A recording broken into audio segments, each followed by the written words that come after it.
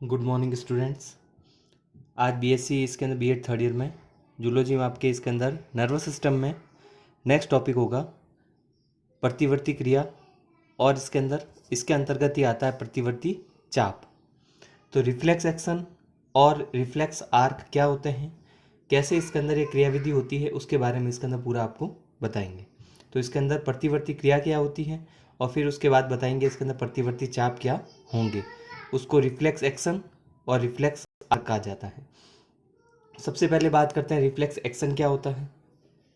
तो हमारे शरीर में होने वाली अधिकतर क्रियाएं और प्रतिक्रियाएं, क्रियाएं जो कि एक्टिविटीज़, और रिएक्शन जो होती है जिसको प्रतिक्रियाएं कहा जाता है, जो वातावरण में परिवर्तन के कारण होती है। क्योंकि एनवायरनमेंट जब चेंज होता है, मतलब इसके अंदर जैसे ऋतुएं चेंज होती हैं या सीज़न चेंज होते हैं, तो इसके अंदर एनिमल के इसके अंदर बॉडी में भी चेंजेस आते हैं।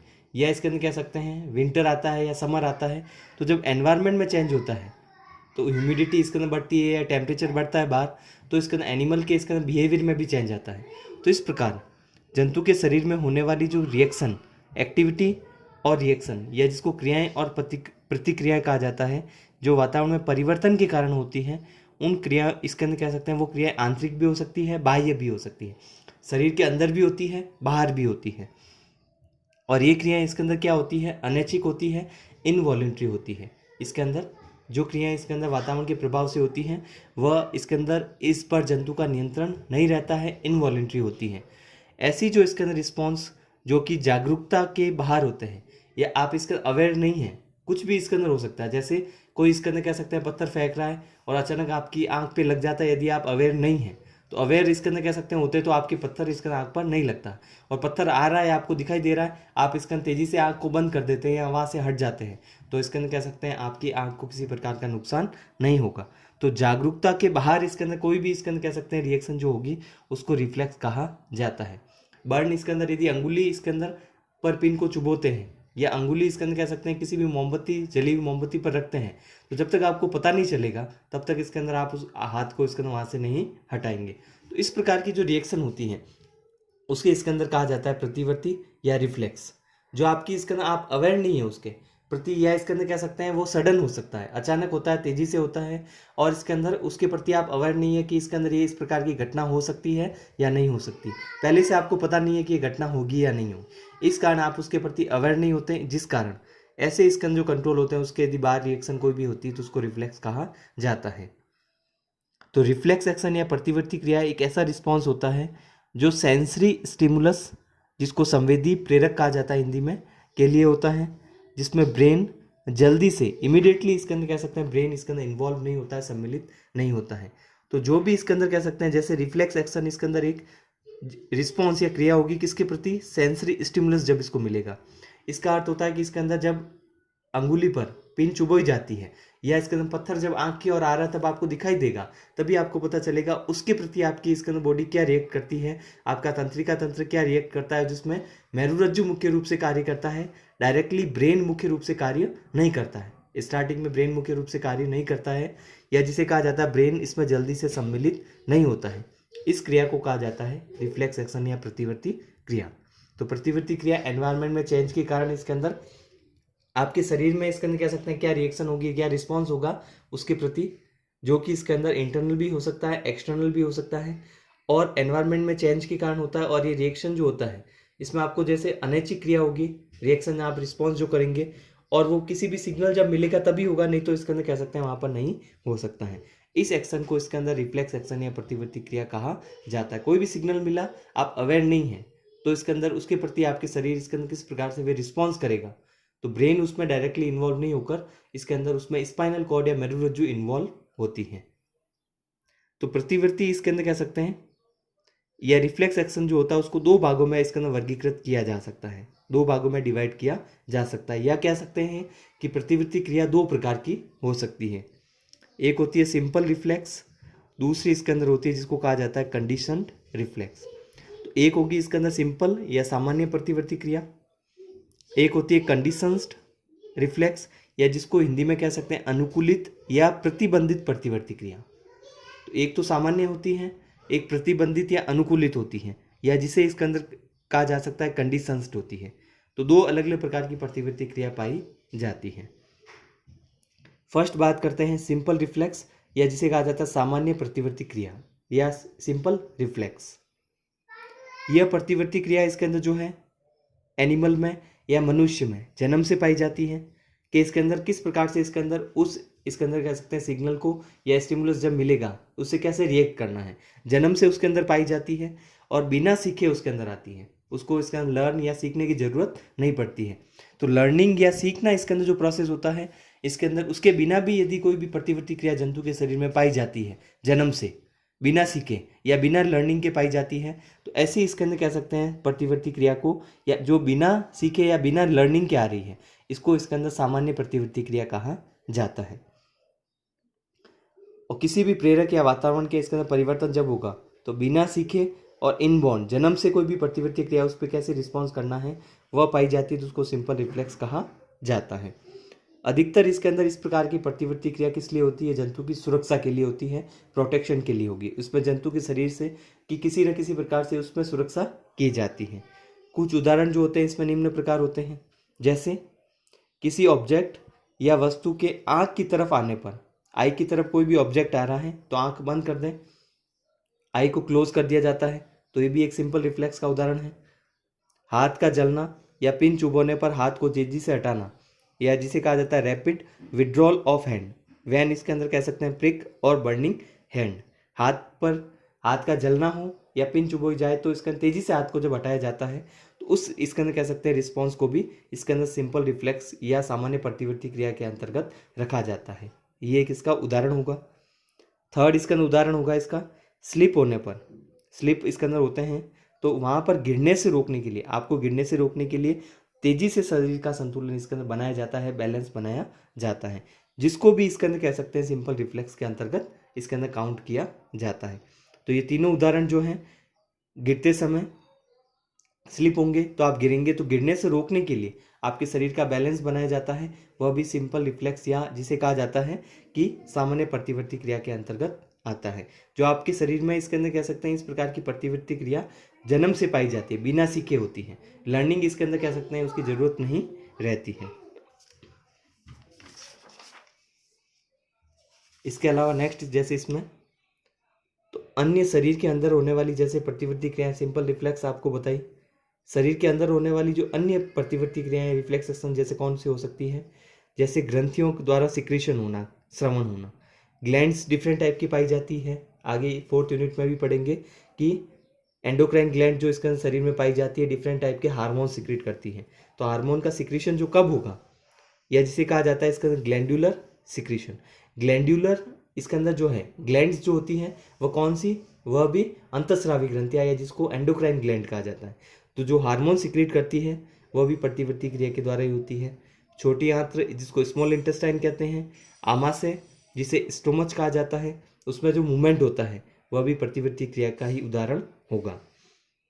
ब्रीदिंग, श्वास लेना और छोड़ना जो क्रिया होती है, या हृदय दर, हार्ट बीट इसके अंदर जो है, हृदय इसके अंदर कह सकते हैं जैसे 1 मिनट में 72 टाइम्स इसके अंदर पल्स होती है। 72 पल्स का अर्थ होता है हृदय इसके अंदर 72 बार धड़कता है 1 मिनट में, तो उसकी दर को या टाइम का नियंत्रण जो किया जाता है वह भी रिफ्लेक्स एक्शन के अंतर्गत आता है। अब इसके अंदर नेक्स्ट जो डायग्राम आप देख रहे हैं इसमें बताया जाएगा कि इसके अंदर जो नेक्स्ट इसके अंदर टर्म्स आपकी इसमें आती है जिसको कहा जाता है रिफ्लेक्स, इसके अंदर आर्क या जिसको प्रतिवर्ती चाप कहा जाता है।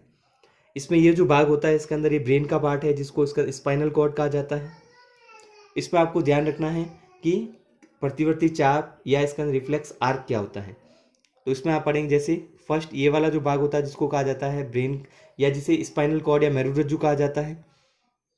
इसमें कोई भी इसके अंदर कह सकते हैं स्किन या त्वचा पर जब सुई चुभोई जाती है तो यहाँ से एक न्यूरॉन के द्वारा जो सिग्नल होता है सबसे पहले स्किन के द्वारा इसके अंदर त्वचा के द्वारा सिग्नल जो होता है वह इसके अंदर सेंसरी न्यूरॉन के द्वारा, या जिसको इसके अंदर दूसरा नाम इसके अंदर एफरेंट न्यूरॉन भी कहते हैं, सेंसरी न्यूरॉन भी कहते हैं, संवेदी न्यूरॉन भी कहते हैं। तो इसके द्वारा सिग्नल इसके अंदर जाता है इसके अंदर ब्रेन के पास, या जिसे कहा जाता है स्पाइनल कॉर्ड या मेरुरज्जु के पास जाता है।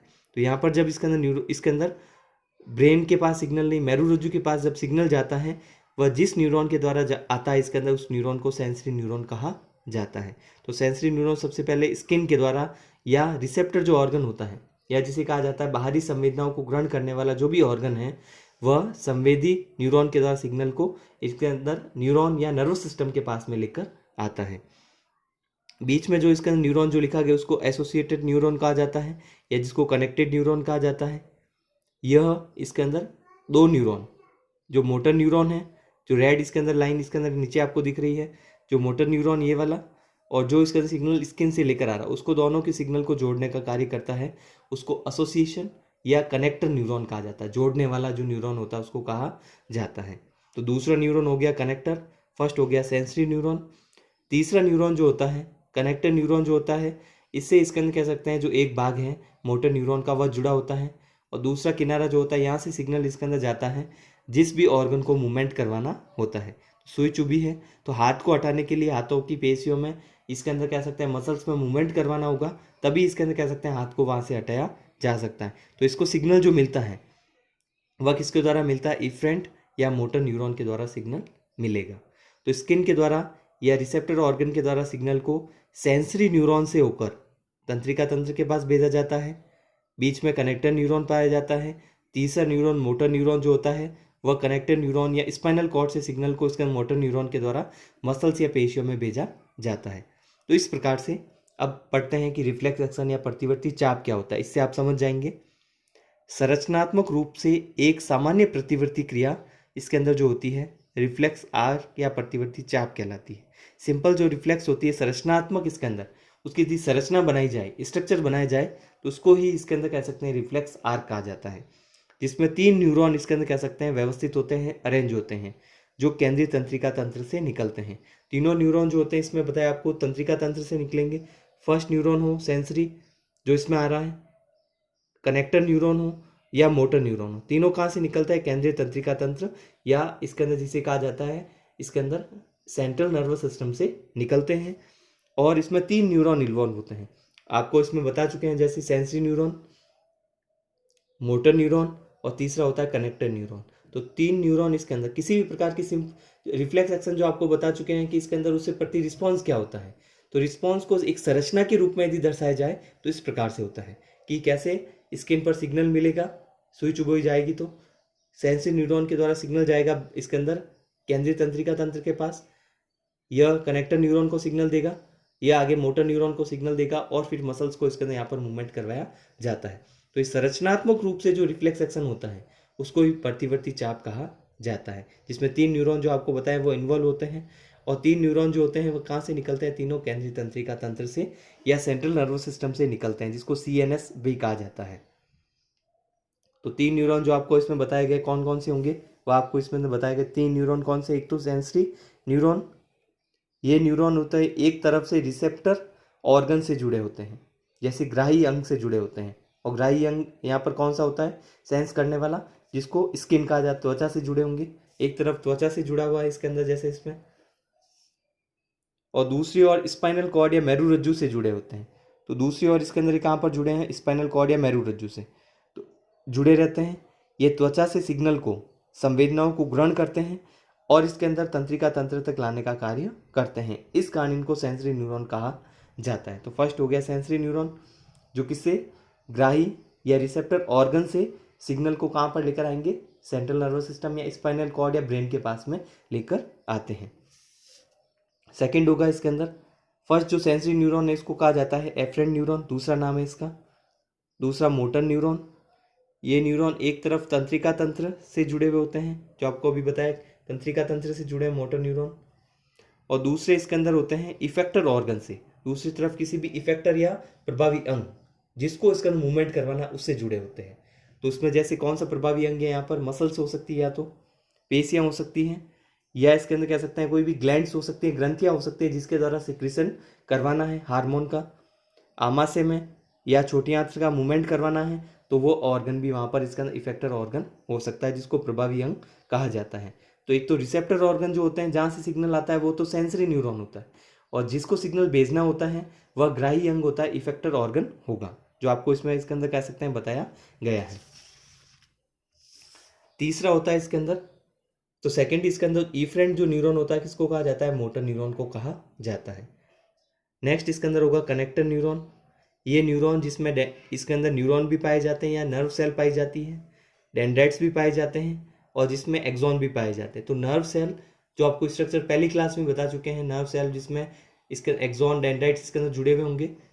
इसके अंदर कह सकते हैं दो भाग होते हैं जिसको कोशिका काय कहते हैं। सबसे पहले नर्व सेल कोशिका काय होगी और डेंड्राइट्स और एक्सॉन उसमें पाए जाएंगे। तो 3 संरचना इसके अंदर पाई जाती हैं। ये स्पाइनल कॉर्ड में पाए जाते हैं, जैसे मेरुरज्जु में पाए जाते हैं जो कि केंद्रीय तंत्रिका तंत्र का भाग होता है।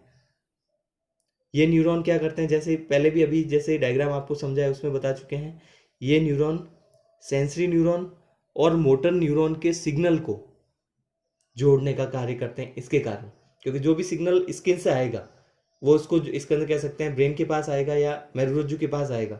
अब उसको सिग्नल को इस न्यूरॉन के द्वारा इसके अंदर भेजा जाएगा मोटर न्यूरॉन, और फिर यहाँ से इसके अंदर मसल्स के पास।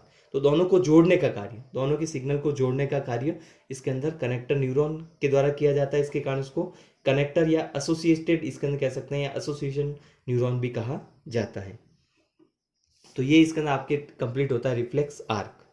अब इसी के अंदर इसके अंदर कुछ उदाहरण भी और हैं, जैसे स्मॉल जो चाइल्ड होते हैं जिनको इन्फेंट कहा जाता है, छोटे जो बच्चे हैं, उसमें यूरिन जो निकलता है वह भी प्रतिवर्ती क्रिया के द्वारा ही होता है। यूरिन का निकलना भी एक रिफ्लेक्स एक्शन या प्रतिवर्ती क्रिया के द्वारा होता है। क्यों होता है और क्यों इसके अंदर कह सकते हैं, इसलिए होता है क्योंकि ये भी एक प्रकार का अनैच्छिक क्रिया है, इनवॉल्यूंटरी मूवमेंट होता है। उनको पता नहीं चलता है क्योंकि इसके अंदर उनके कंट्रोल में नहीं होता, नियंत्रण में नहीं होता है। तो इस कारण इसके अंदर इन इन्फेंट में यूरिन का जो बाहर निकलना वो भी प्रोसेस इसके अंदर रिफ्लेक्स एक्शन के द्वारा होता है। इसके बाद इसके अंदर रिफ्लेक्स इसके अंदर सेंटर या रिफ्लेक्स इसके अंदर सेंटर को कहा जाता है प्रतिवर्ती केंद्र। और उसके बाद में आएगा कंडीशंस, जो सेकंड टाइप का इसके अंदर कह सकते हैं न्यूरॉन इसके अंदर में इसके अंदर पाए जाने वाली रिफ्लेक्स एक्शन जो होती है उसके बारे में आपको बताएंगे नेक्स्ट क्लास में।